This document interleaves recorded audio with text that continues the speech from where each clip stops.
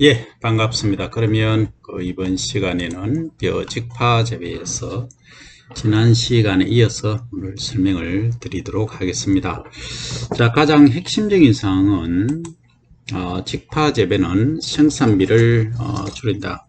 소위 코스트를 다운시킨다 하는 거죠. 그 중에서 가장 이제 핵심적인 사항은 코스트 중에 과연 어떤 코스트냐 하는 거죠. 가장 중요한 것은 아무래도 이 양이죠. 이 양, 소위 트랜스플랜팅 비용을 줄인다. 그리고 이제 육묘 비용도 줄인다 하는 거죠. 근데 역으로 생각해 보면 다이렉트 시딩의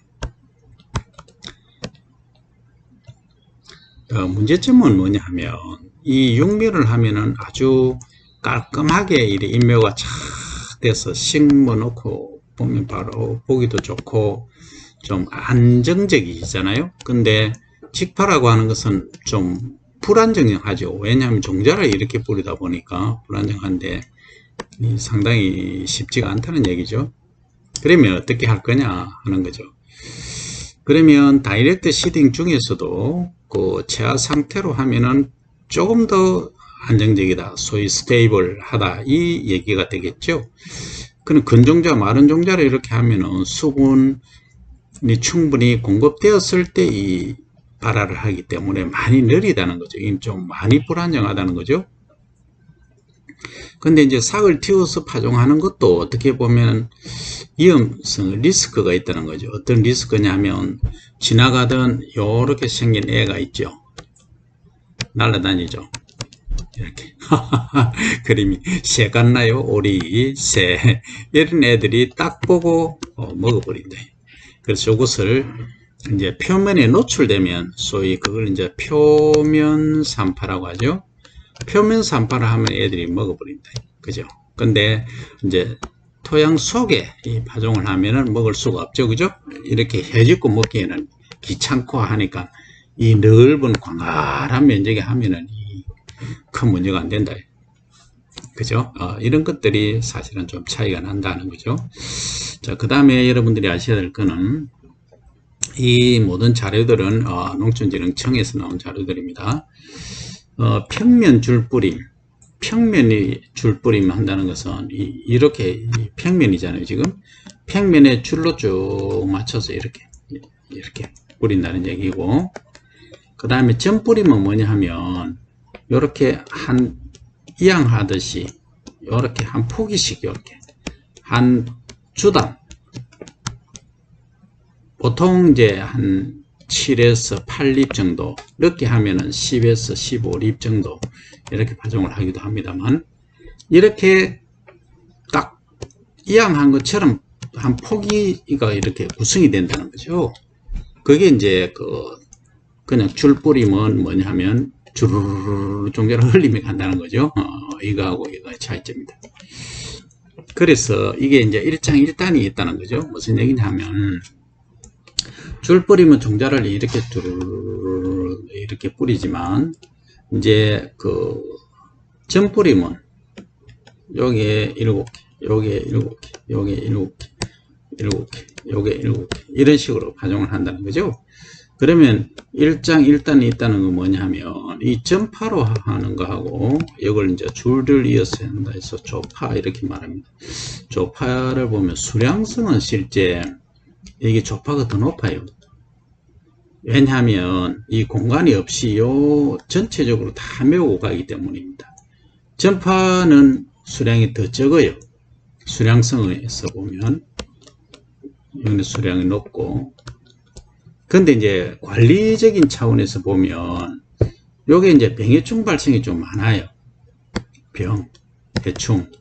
요것은 병해충 발생이 좀 적어요. 왜냐하면 여기 공간이 다 있죠. 포기 사이로. 여기 포기 사이 공간이 거의 없습니다. 그래서 그런 차이가 있다. 그러면 만약에 조파를 할 경우 병 발생이 적게 친환경으로 하겠다. 그냥 친환경으로 하겠다 하면 어떻게 해야 되느냐 하면 이 조관, 이 줄이죠. 줄조자. 조관 간격을 지금 현재 25에서 29cm 정도 하는데 이걸 35cm로 넓게 해버리는 거예요.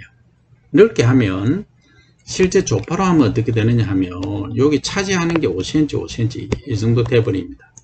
그러면 여기서 35cm니까 5cm 먹죠, 5cm 먹죠. 그러면 요 사이가 25cm라는 얘기죠. 이해됩니까? 그러면 전파는 뭐냐 하면 전파는 똑같이 25cm씩 이 줄을 지어서 심어도 돼요. 그러면 여기 공간이 있기 때문에 어느 정도 공기 유통이 된다는 거죠. 그러면 이 조파도 친환경적으로 얼마든지 할 수 있다. 이렇게 여러분들이 이해를 하시면 되겠다. 그런데 여기는 아주 무한한 과학들이 숨어 있습니다. 그걸 지금 다 설명드리기는 하고, 어쨌든 이 숨어 있는 과학은 뭐냐면 토양을 잘 알아야 됩니다. 토성에 따라서 soil texture 했잖아요. 토성에 따라서 이게 요게 두둑이라 그러잖아요. 두둑 또는 일항이라는데 일항을 잘 형성해 놓더라도 이게 만약에 사질답이다. 그러니까 모래가 많은 데다 하면 어떻습니까? 이렇게 일항을 만들어 놔도 그냥 쑥 무너져 내려버리죠. 그죠? 근데 이게 이제 식질 계열이다. 식토다. 만약에 하면 비가 한번 온다면 굳어져 버려요. 말라버리면. 그러면 좀 출현이 안 되는 그런 게 있대. 그래서 이 직파할 때는 적정한 토양이 양토나 또 식양토, 사양토도 가능합니다만 양토 주변에서 토양이 가장 이상적이다 하는 거죠. 그럼 미국에 가면 미국에는 주로 어떤 토양이 하느냐면 거의 식토입니다. 식양토에서 식토입니다. 그 왜 그러냐 하면 대체적으로 사양토나 양토는 뭘 재배를 합니까? 옥수수나 콩을 재배를 하는 거죠. 이런 애들은 재배하기가 아주 수월해요. 물 댈 이유도 없고. 그죠? 근데 이 벼는 물을 대야 된대. 그렇기 때문에 이게 옥수수하고 콩은 잡초 발생하면은 제초제 라운드 헬기로 쫙 뿌리 뽑으면 끝나죠? 근데 이 벼는 또 안 그렇다는. 그러면 너그 GMO를 종자를 쓰면은 일본도 중국도 어느 나라도 우리나라는 마찬가지죠. 수입 안 하겠다 이렇게 얘기를 하니까 마케팅을 위해서라도 쌀만은 어떻게 해야 됩니까? GMO를 사용을 못 한다 이거죠. 그래서 그러다 보니까 이게 이제 잡초 방제를 물로 할 수밖에 없다. 물. 그러다 보니까 나중에 물을 대야 되잖아요. 그러면 물이 잘 빠지면은 물이 엄청 많이 소요가 된다는 거죠. 그러면 어떻게 됩니까? 지하 수온 함량에는 잘 빠지면 좋지만은 미국은 경제 economically 자 무슨 얘기냐면 economically viable 경제적으로 유용해야 된다. 가치가 있어야 된다는 거죠. 지하 수온은 다음 문제고 일단은 농사 짓는데 물이 엄청 필요하니까 여기에 비용이 좀 적게 들어야 된다 하는 거죠. 그러니까 거의 콩이나 또 옥수수 그 다음에 해바라기 이런 바짝물을 재배하기가 어려운 물이 잘 안 빠지는 식토나 식양토에서 재배를 한다 이 얘기입니다. 그죠? 그럼 우리하고 완전히 얘기가 다르죠. 우리도 어떻게 보면은 약간 그 물찌는 논, 소위 물나는 논, 좀 저습지 있잖아요. 이런 데 배를 재배하는 거는 어떻게 보면 비슷하긴 하지만 우리하고는 좀 개념이 다르다 하는 점을 여러분들이 이해를 하셔야 되겠다. 그죠? 자, 그러면 마른 논, 줄뿌림 재배는 이항 재배에 비해 질소 비료를 40~50% 더 주며 임모 후 논에 물대기를 한다. 아주 이 중요한 얘기입니다. 무슨 얘기냐면 요렇게 이제 마른 논에다가 원래는 마른 논이 있었죠. 그죠? 마른 논이 이제 물을 안 댔다 이 말입니다. 그러니까 건답이죠. 건답에 이렇게 파종을 이렇게 했다 하면은 이항 재배에 비해서 질소 비료를 40~50% 더 줘야 된다. 왜냐하면 이게 이제 우리가 비료를 잘 생각해 보세요. 비료, fertilizer. 이 비료라고 하는 것들은 거의 지금 케미칼로 나오잖아요. 케미칼, fertilizer. 질소, 인산, 칼이 다 마찬가지입니다. 그죠? 거의가. 그러면 이 비료는 흡수하는 때가 있을 거잖아요. 그럼 뿌리가 제대로 이렇게 쫙 활착이 되고 한 상태에서 흡수를 잘 하잖아요. 양분을 요 N, P, K 있으면 칼슘, 마그네슘 다 마찬가지 잘 흡수하는데 직발하면은 이게 이제 이양을 한 경우에는 이미 뿌리가 있는 상태에서 한 7일, 5일에서 7일 정도면은 이게 비료를 잘 흡수를 하기 시작합니다. 근데 이양을 직발하는 경우에는 이양에 비해서 어떠냐? 종자가 이제 요렇게 싹이 난 걸 준다고 하더라도, 파종을 한다고 하더라도, 이게 완전히 뿌리가 내리는데 시간이 어느 정도 걸리느냐 하면은, 먼저 광근이 형성되겠죠? 광근으로서는 양분, 수분 이렇게 잘 흡수를 못 합니다. 그냥 요 자체에 살아가는데, 출현하는 데만 하지, 그 위에 봄뿌리가 나와야 됩니다. 이렇게 나와야 되는데, 요게 거의 한 2주 정도, 2week 정도 걸린다는 거죠. 그러면 여기 이제 이 갭, 2주나 최소 뭐 2, 3주 정도 걸린다고 보면 이 갭에서 오는데 비가 온다든지 하면은 이 케미컬 퍼틸라이저는 잘 녹죠. 그러니까 솔루블 하다는 거죠. 잘 녹는다. 이 비료가 있으면 물에 닿으면 바로 녹아버린다. 그러면 어떻게 됩니까? 이 뿌리가 아직 이 광근밖에 없는데 잘 흡수를 못 하는데 이게 비료가 녹아 있으면 흡수 못하는 상태에서는 물 따라 이동하겠죠. 토양 속으로 이동을 해버립니다. 그런 문제가 된다. 흡수를 못한다. 그래서 나온 비료가 어떤 비료냐? 완효성 비료. 완효성 비료. 이 슬로우 영어로 하면 releasing, R-E-L-E-A-S-I-N-G, fertilizer. 이렇게 부르죠. 이 완효성 비료를 사용을 하면은 이제 좋다. 그런데 완효성 비료 얘놈이 비싸요. 비싸다. 왜냐하면 이 비료 바깥에 코팅을 해놨어요. 예를 들어 요소 비료 같으면 요소, 질소가 이렇게 있잖아요. 있으면 이 코팅을 해놔서 한 15일, 20일 후에 이렇게 녹고 서서히 녹도록 해놓은 거예요. 그러면 벼 생육 기간에 있으면 서서히 이렇게 흡수를 해라. 이런 거예요. 어떻게 보면 우리가 퇴비하고 똑같죠. 퇴비, 유기질 비료.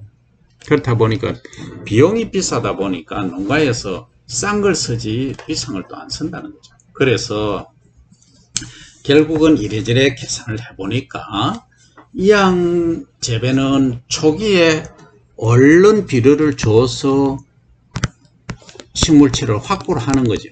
바이오매스를 확보를 하는 거고 직파는 천천히 자란다는 거죠. 그래서 이 질소 비료를 4, 50% 더 준다 하는 거죠. 그리고 이게 이제 건답 직파이기 때문에 바로 물을 대보면 싹이 안 난 걸 물 대보면 이게 녹아버립니다. 이 발화는 못해요. 그래서 아주 중요한 얘기입니다. 직파에서는. 그래서 요렇게 출현해서 이렇게 숨을 쉴 수 있는 상태로 딱 됐을 때 물을 대줘야 숨을 쉬고 얘가 더 잎을 내고 또 분울도 하고 더 잎이 크게 자란다 이 얘기입니다. 아주 중요한 얘기죠. 그런데 자 여기 성분량 해서 킬로그램 테나르당 킬로그램 좀 치우고 하면 할게요.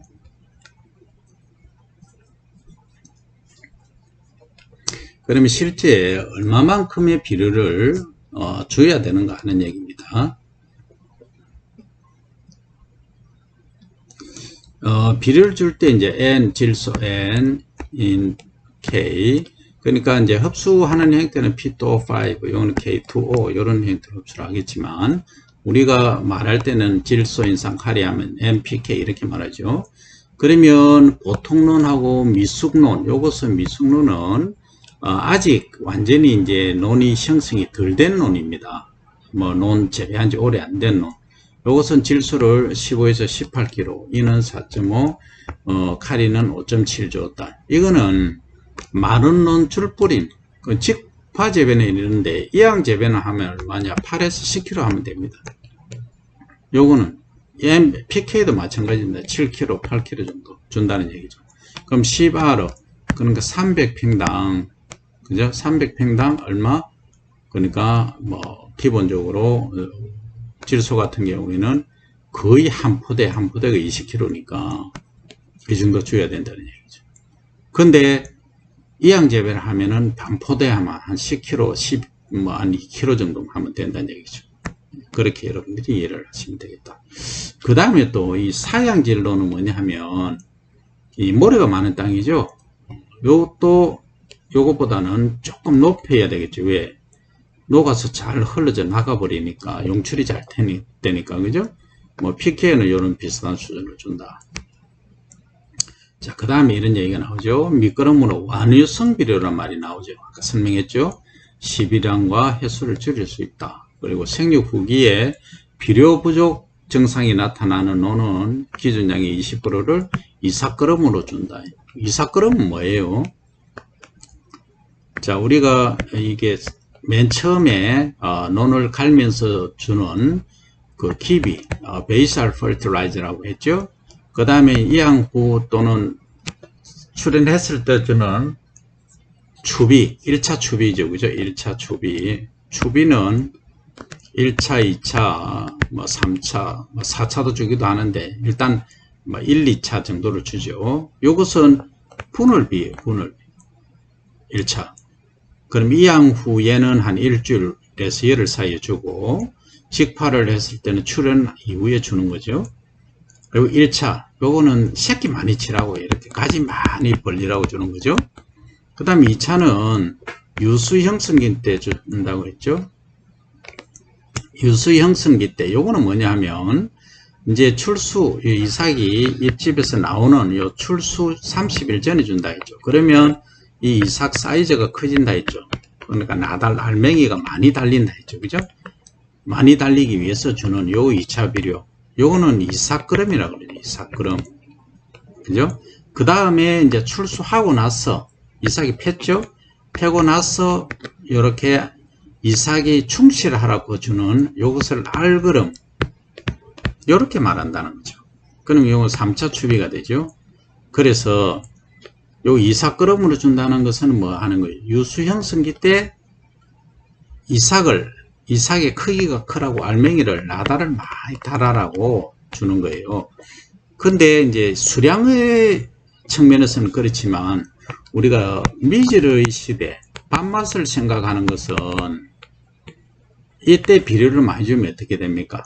이삭그램을 많이 줘버리면 이 알맹이가 많이 달리면 밥맛이 떨어집니다. 아주 중요한 얘기입니다. 그래서 어떻게 하라?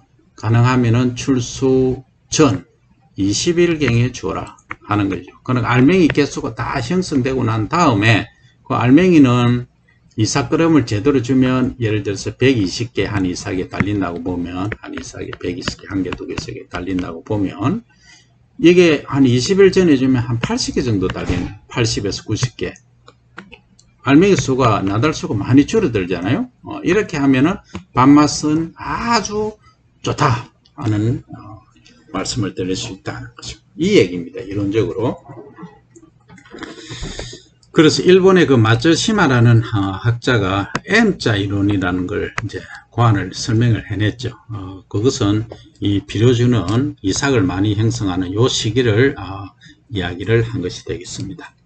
자, 그런 게 있다 정도만 아시면 되고, 그 다음 마른 논줄 뿌린 재배 파종 시기를 봅니다. 아까 건답직파죠, 이게? 건답직파의 파종 시기는 지역별로 다르다는 거죠. 그러니까 중북부, 저기 경기도, 뭐 이런 쪽에는 조중 만생종을 보면, 월 2일입니다. 4월 20일에서 5월 15일, 조생, 중생은 4월 20일, 5월 10일, 만생은 4월 20일에서 5월 5일. 어때요? 만생종으로 갈수록 이 시기가 빠르죠. 조생종은 느리죠. 그 말은 조생종이 생중량이 단위 시간당 생장량이 훨씬 많다. 광합성량이 많다. 이렇게 이야기를 했죠. 그죠? 그 다음 중부지방은 가면 조청정은 4월 10일에서 5월 20일, 그 다음에 15일, 10일, 거의 5일씩 이렇게 차이가 난다. 그죠? 그 다음에 이것도 원리는 마찬가지입니다. 남부지방에 가면 4월 1일에서 5월 25일, 그 다음에 5월 20일, 5월 15일인데, 저는 이것을 긍정적으로 안 봅니다. 왜 안 보냐 하면, 여기서 지금 얼마를 늦춰야 되느냐 하면 15일을 늦춰야 됩니다. 보름을. 그러니까 5월 25일을 6월 5일, 그 다음에 5월 30일, 그 다음에 이것을 5월 25일 이렇게 보는 거죠. 왜 그러냐 하면 이 데이터는 기존에 이제 최고 안정적으로 수량을 많이 확보하기 위한 거였어요. 양이 옛날에는 다수화가 가장 중요한 시대였잖아요. 근데 지금 시대는 마스 시대입니다. 마스 시대고 직파를 한다면은 가장 또 문제가 액미가 아주 문제가 돼요. 레드 라이스라고 했죠. 그죠? 이게 비하고 똑같은 거라고 보시면 됩니다. 근데 색깔이 이제 붉은색이다 보니까 소비자분들이 선호를 하지 않죠. 그러다 보니까 원래 우리가 호품비를 심었다, 영어진미를 심었다 하면 그게 다 나와줘야 된다. 잡뼈 일명 이게 필요 없다는 거죠. 그죠? 요즘 시대는.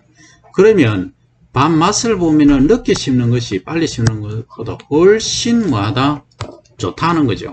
밥맛이. 그래서 또 하나 이유고, 첫 번째 이유는 늦게 심는 게 밥맛이 좋다. 두 번째는 지금 기후 온난화가 되고 있어요.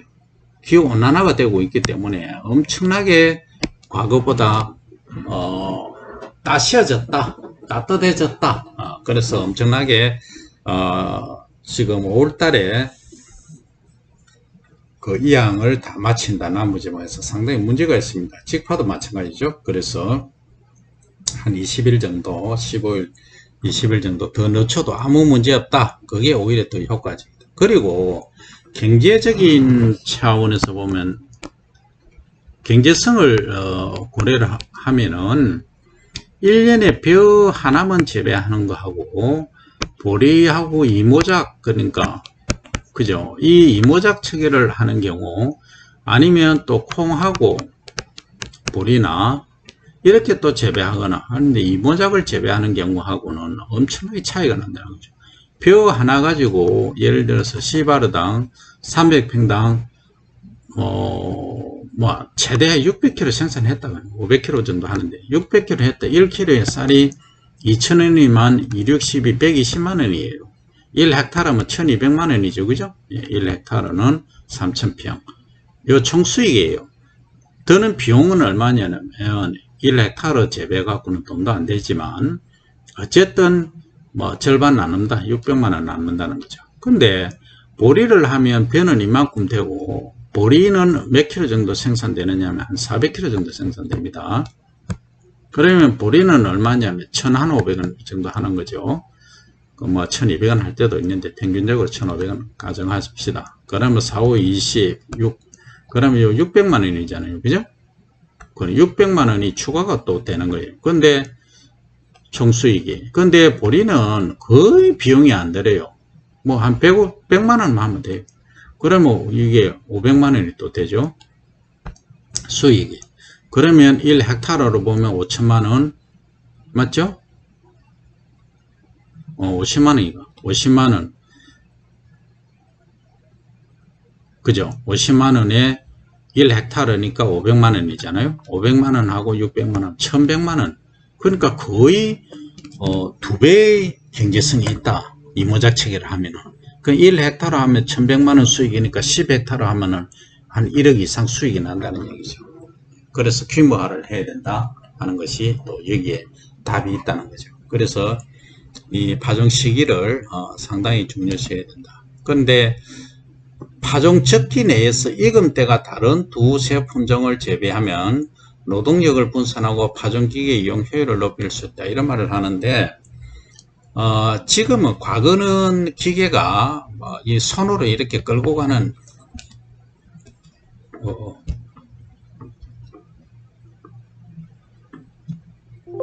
손으로 끌고 가는 그런 요거 하나만 달고 있었어요. 아니면 손으로 뿌리든지. 지금은 어때요? 트랙터 부착해 갖고 이게 몇 조입니까? 4조, 7조, 6조, 보통 또 8조 이런 식으로 하는 거예요.